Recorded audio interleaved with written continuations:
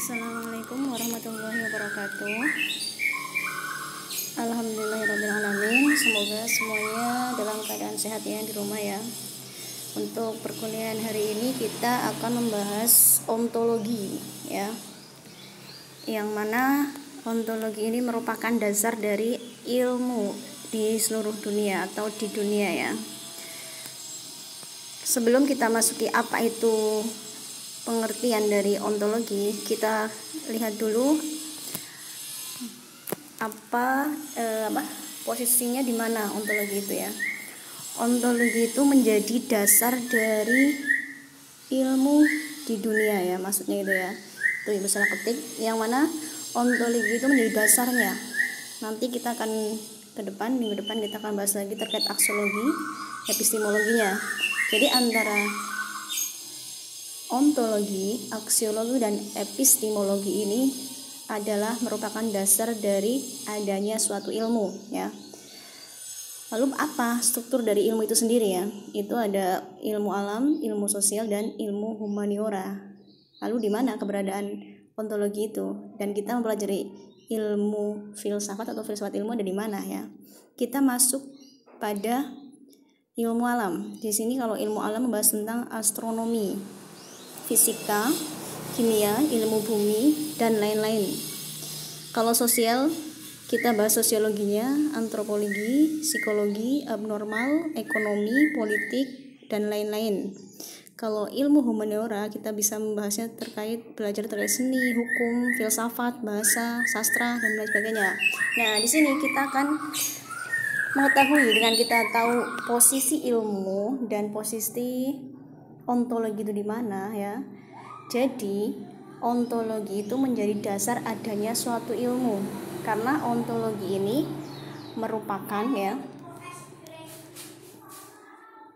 yang berasal dari kata ontos, yang berarti ada atau berada yang ada.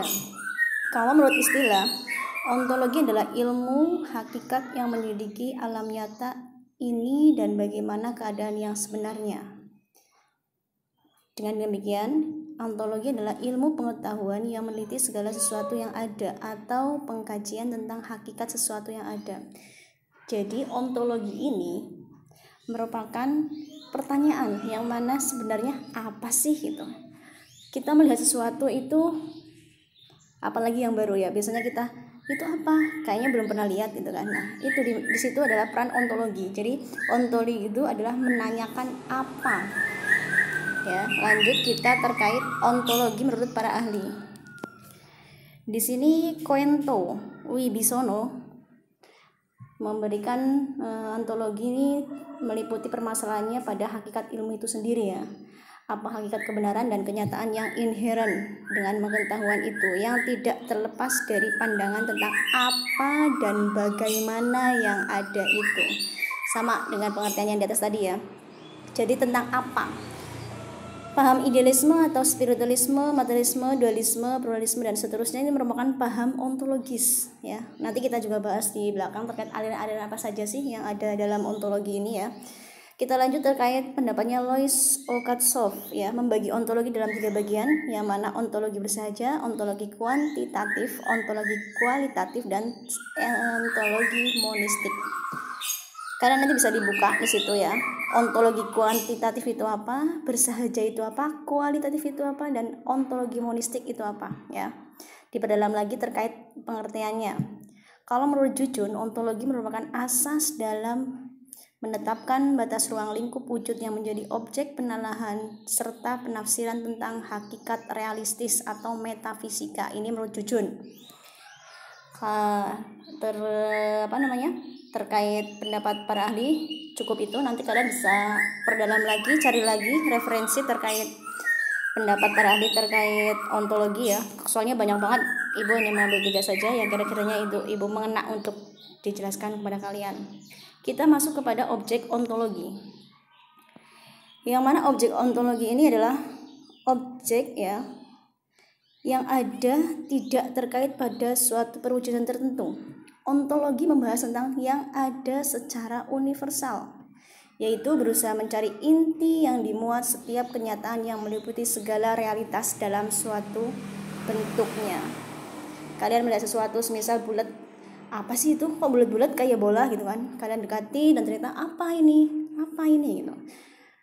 Sebenarnya apa ini, isinya apa, di dalamnya apa, terbuat dari apa. Nah, pertanyaan apa itu masuk ke dalam objek dari ontologi. Setelah menjelajahi segala bidang utama dalam ilmu filsafat seperti filsafat manusia, alam dunia, pengetahuan, ketuhanan, moral dan sosial, kemudian disusun uraian ontologi ya.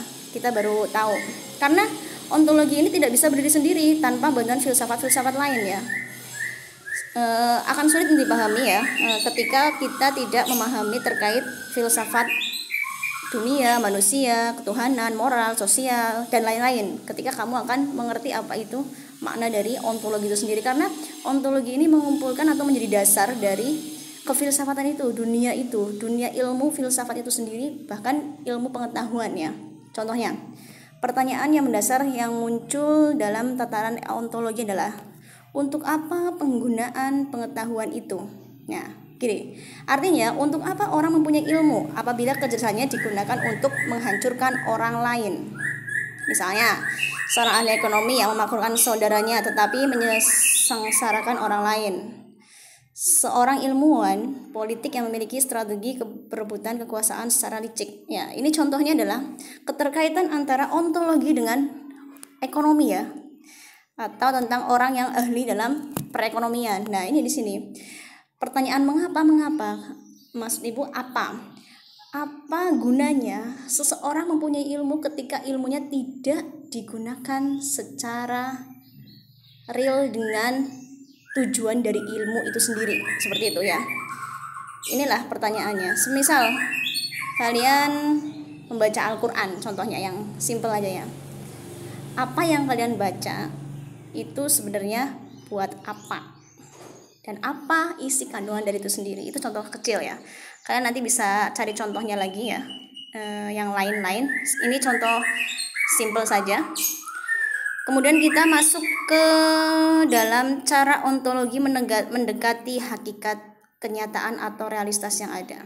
Ada dua macam ya, kuantitatif dan kualitatif. Yang mana ketika kita masuk ke dalam kuantitatifnya, yaitu dengan mempertanyakan apakah kenyataan itu tunggal atau jamak ya. Jadi apa yang kita lihat atau apa yang kita rasakan ini sebenarnya tunggal atau jamak, ada yang lain atau cuma ini sendiri gitu. Kalau kualitatif, yaitu dengan mempertanyakan apakah kenyataan realitas tersebut memiliki kualitas tertentu. Seperti misalnya daun yang memiliki warna kehijauan, ini warnanya hijau, tapi kalau mawar dia mempunyai bau yang harum. Nah, ini kualitatifnya ya. Secara sederhana, ontologi bisa dirumuskan sebagai ilmu yang mempelajari realitas atau kenyataan konkret secara kritisnya. Kalau kita masuk ke umum ya, ke bahasa umum terkait kualitatif sama kuantitatif. Ketika kuantitatif itu terkait atau sering dikaitkan dengan angka, makanya di situ ada tunggal dan jamak atau tunggal atau jamak. Beda kalau kualitatif, biasanya kan kalau buat penelitian itu biasanya berhubungan dengan terjun ke lapangan, kita merasakan gitu kan, bunga mawar, kita melihat warnanya hijau, ternyata mawar itu warnanya hijau dan dia mempunyai bau yang harum, seperti itu. Itu cara ontologi mendekati hakikat kenyataan atau realitas yang ada, seperti itu. Nanti kalian bisa bikin contoh ya, kalian bisa bikin contoh terkait ontologi itu sendiri. Terus bagaimana sih atau bagaimanakah yang ada itu? How is being ya? Apakah yang ada itu sebagai sesuatu yang tetap, abadi atau berubah-ubah ya. Kalau dalam hal ini Zeno itu menyatakan bahwa sesuatu itu sebenarnya khayal belaka ya. Pendapat ini dibantah oleh Bergson dan Russell seperti yang dikatakan oleh Widenhead bahwa alam ini dinamis, terus bergerak dan merupakan struktur peristiwa yang mengalir terus secara kreatif. Nah, terkait apakah yang ada ini sebagai sesuatu yang tetap, abadi atau berubah-ubah. Nah, ini setiap aliran misalnya mempunyai pendapat sendiri-sendiri. Makanya kan pendapatnya si Zeno itu ditentang oleh Russell dan Bergson. Karena apa? Tidak seperti apa yang mereka pikirkan. Nah, Pengson sama Russell ini sendiri, sehingga mereka berbeda pendapat. Makanya mereka berpendapat bahwasanya itu adalah keterkaitan alam ini terkait dinamis, ada bulan, ada matahari, ada alam, ada angin, ada siang, ada malam, dan lain sebagainya, seperti itu. Lalu di manakah yang ada itu? Aliran ini berpendapat bahwa yang ada itu berada dalam alam ide, ya. Adi kudratri, universal, tetap abadi dan abstrak. Sementara aliran materialisme berpendapat sebaliknya, bahwa yang ada itu bersifat fisik, kodrati, individual, dan berubah-ubah. Tentu saja real, ya, kodrati, individual, dan berubah-ubah. Ini menurut sebagian dari aliran yang ada ontologis. Secara ontologis, ilmu membatasi ruang lingkup penelaan keilmuan hanya pada daerah-daerah yang berada dalam jangkauan pengalaman manusia, seperti yang sudah Ibu ungkapkan sebelumnya di kelas beberapa minggu yang lalu, ya, bahwasanya objek penelaan yang berada dalam batas pengalaman seperti penciptaan manusia, pasca pengalaman seperti penciptaan surga dan neraka, itu diserahkan kepada ilmu pengetahuan lain, yaitu agama, ya. Filsafat itu nggak bisa menelaah lebih dalam, karena apa? Itu terkait keagamaan, dan yang tidak bisa dilihat itu tidak bisa dipelajari oleh sains atau ilmu filsafat itu sendiri, filsafat ilmu itu sendiri, ya. Ilmu hanya merupakan salah satu pengetahuan dari sekian banyak pengetahuan yang mencoba menelaah kehidupan dalam batas-batas ontologi tertentu. Lalu apa aja sih aliran dalam ontologi, ya? Ini sama sebelumnya kita bahas terkait aliran-aliran, ya. Aliran monoisme, kalau yang masih ingat ada dibagi berapa aliran monoisme? Ya, ada 2, ya, aliran monoisme itu. Aliran ini berpendapat bahwa yang ada itu hanya satu, tidak mungkin 2. Jadi sesuatu yang ada itu hanya satu, pasti ada yang mengawali, dan itu pasti hanya satu, tidak mungkin 2. Cuma satu. Semisal adanya alam semesta ini adalah karena adanya air, yang lain itu sebagai pendukung saja. Awal mulanya adalah air. Ada juga yang berpendapat bahasanya para tokoh itu berpendapat bahasanya awal mula dari segala ini, dunia ini adalah api. Nah, itu makanya dari berbagai pendapat itu nanti kita bisa kaitkan dengan ontologi itu sendiri, ya. Jadi dalam aliran ini dia percaya hanya satu, tidak mungkin 2. Kalau dualisme ini malah justru kebalikannya. Aliran ini berpendapat bahwa benda terdiri dari 2 macam hakikat sebagai asal sumbernya, yaitu hakikat materi dan hakikat rohani. Benda dan roh, jasadnya dan spirit. Jadi dualisme ini berpaham bahwasanya hakikat asal sesuatu itu ada 2, materi dan rohani, ya. Ada benda, ada roh. Ada benda, kalau tidak ada rohnya, benda akan mati, tidak ada fungsinya. Manusia, ya, manusia ada, kalau nggak ada rohnya itu adalah mayat, cuma jasad, kan? Apalagi nggak ada spiritnya. Nah, seperti itu. Kursi itu mati, nggak akan bisa bergerak kalau nggak ada energi gerak. Nah, seperti itu. Aliran pluralisme, aliran ini berpandangan bahwa segenap macam bentuk merupakan kenyataan. Jadi sesuatu yang ada itu kita bisa teliti, yang ada itu nyata, ya, bukan mengada-ada tapi nyata, yang ada itu ada, ya. Ini menurut pluralisme. Kalau nihilisme, aliran ini adalah aliran yang menyepelekan kepandaian manusia, ya. Kalau dulu itu mereka menganggap bahwasanya manusia itu nggak bakal mampu beralternatif, ya, terkait apa yang bisa dilakukan oleh manusia. Misal ide-ide manusia itu nggak akan mampu untuk mendapatkan hakikat sebenarnya dunia ini terbuat dari apa, itu nggak mungkin bisa mampu mereka, ya. Aliran agnotisme, yang mana paham ini mengingkari kesanggupan manusia untuk mengetahui hakikat benda. Ini 11 dari mengingkari kesanggupan. Nihilisme, aliran ini tidak mengakui validitas alternatif yang positif, ya. Ini 11-12 sama agnotisme sama nihilisme. Ini sama-sama, ya, kurang menghargai manusia, ya. Terus apa sih manfaat dari kita belajar ontologi filsafat, ya? Membantu untuk membentuk, pengembangan, dan mengkritisi berbagai macam pola sistem pemikiran yang ada. Itu pertama. Jadi kalian dengan belajar ontologi, kalian akan membentuk pemikiran yang baru sehingga kalian mengena ya terkait pengertian dari ontologi itu apa. Kalian akan memikirkan, oh ya ternyata seperti ini. Ternyata sesuatu itu bisa kita amati, kita kembangkan dan kita kritisi. Ternyata apa yang ada itu sebenarnya kalian bisa mengungkapkan, menyatakan atau mengakui bahwasanya itu nggak ada kok, itu ada kok. Nah seperti itu.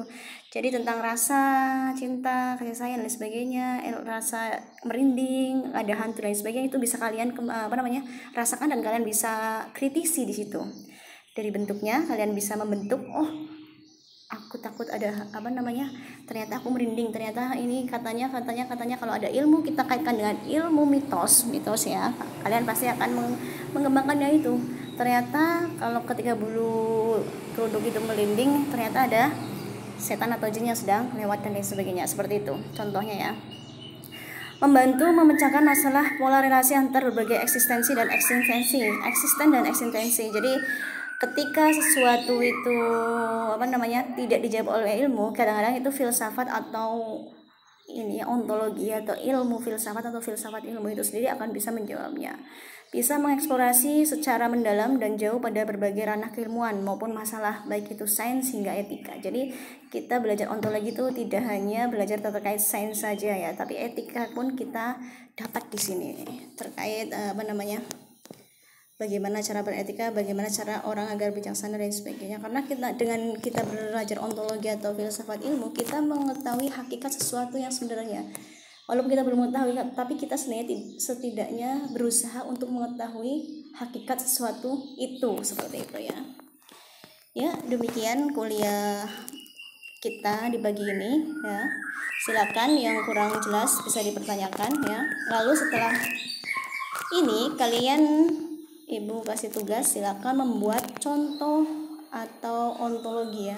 Contoh dari materi yang sudah Ibu sampaikan ya. Ontologi ya 1 boleh lah.